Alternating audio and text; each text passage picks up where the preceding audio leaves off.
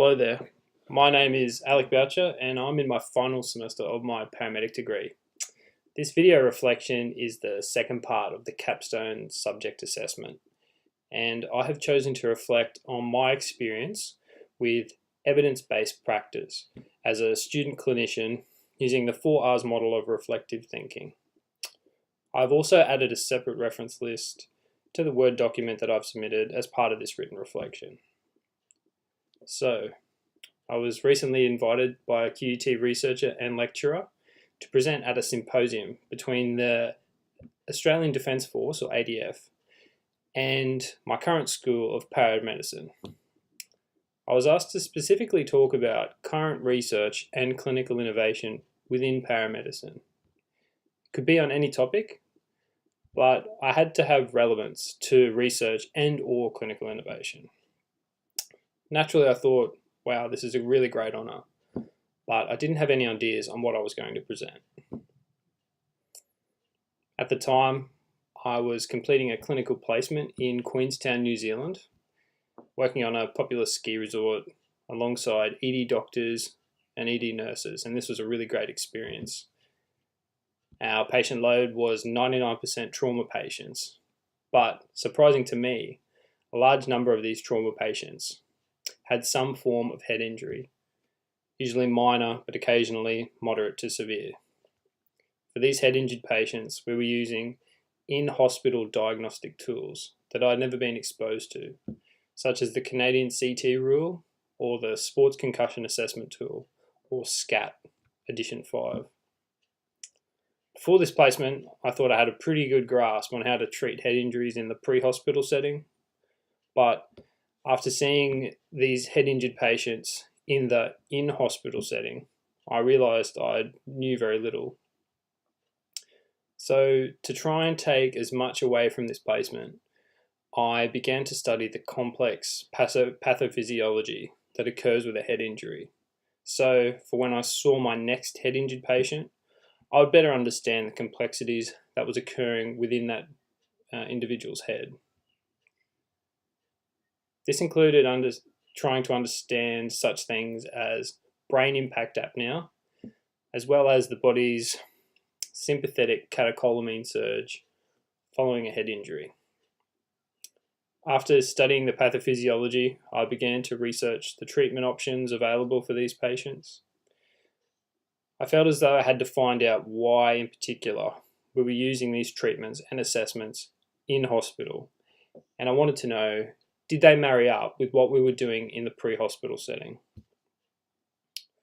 After a lot of research, I began to realise that there might be something missing in the literature. I hypothesised that because head injuries were so complex and the treatment options available were so extensive, that there needed to be a way for pre-hospital clinicians such as myself to recall this large amount of information for when they were treating these head injured patients. More importantly, there needed to be a way of simplifying and recalling what the literature stressed to be important for the pre-hospital clinician. So, I began to develop the HEADS mnemonic. The HEADS mnemonic allowed for a recalling of this important information about head injuries that was pertinent to a paramedic without overcomplicating things and worrying about what was happening in the hospital. So I presented this mnemonic at the recent symposium I was talking about, and it was really well received.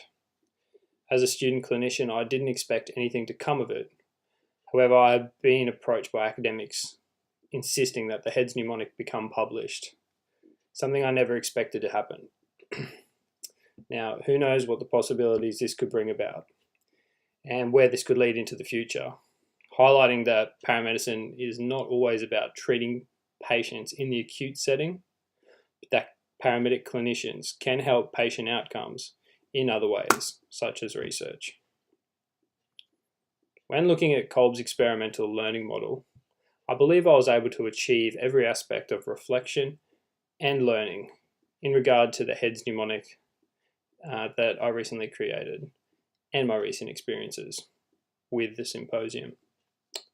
From having experiences with head injuries in New Zealand to reviewing literature to realizing that there was something missing in that literature, to then abstractly thinking about how it could be improved, to then experimenting, and finally implementing a new approach to head injuries.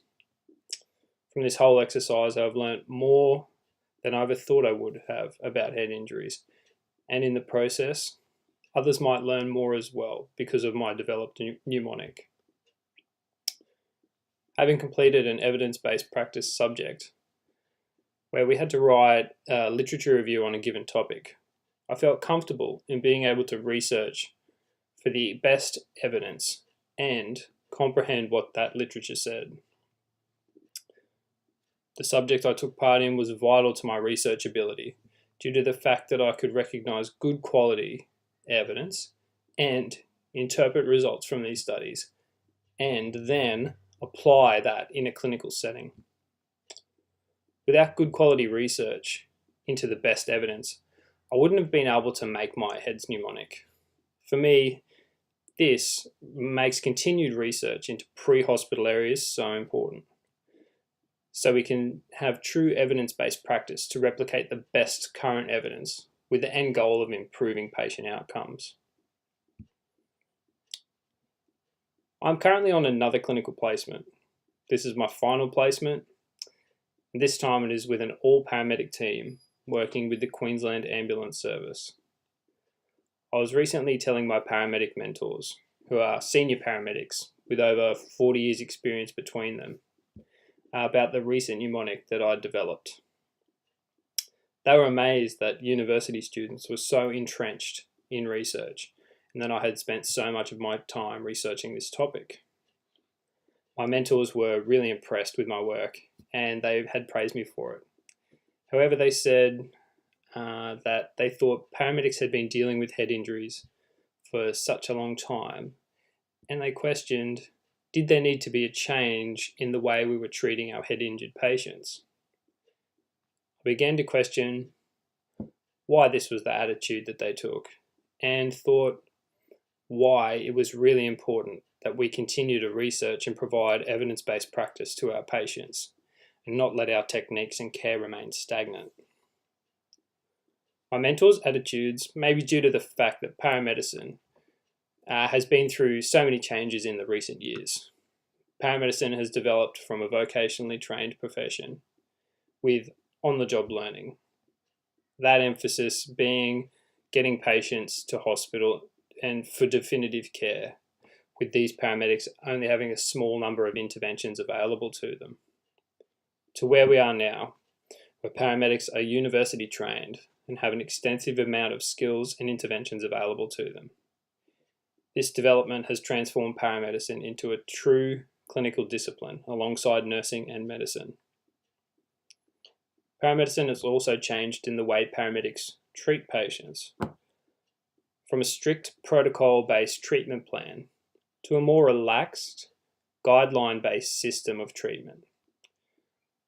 I think this research-led culture gives paramedics autonomy in the way they treat. This means treatments can be focused on the individual patient instead of a population. I think these are both positive changes in paramedicine and that they have been brought about through extensive research and evidence-based practice. And as we know, evidence-based practice has only been recently introduced into paramedicine when we compare it to medicine or nursing. Good quality evidence shows us that the inclusion of paramedics in research and evidence-based practice allows for the growth of the individual paramedic's ability, allowing them to accept and interpret literature and then apply best current practices into their work.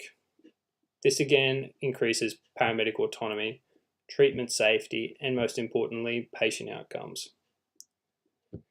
As I transition from a student to a graduate paramedic, evidence-based practice will remain a fundamental tool for me as a clinician. It will allow me to question current treatments that I'm providing, but it will also help me rationalize them as well.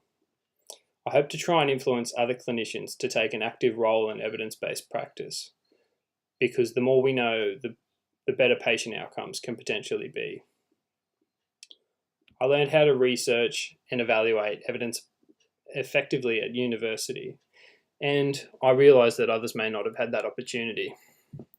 Although I am passionate about evidence-based practice, I also realise others are not.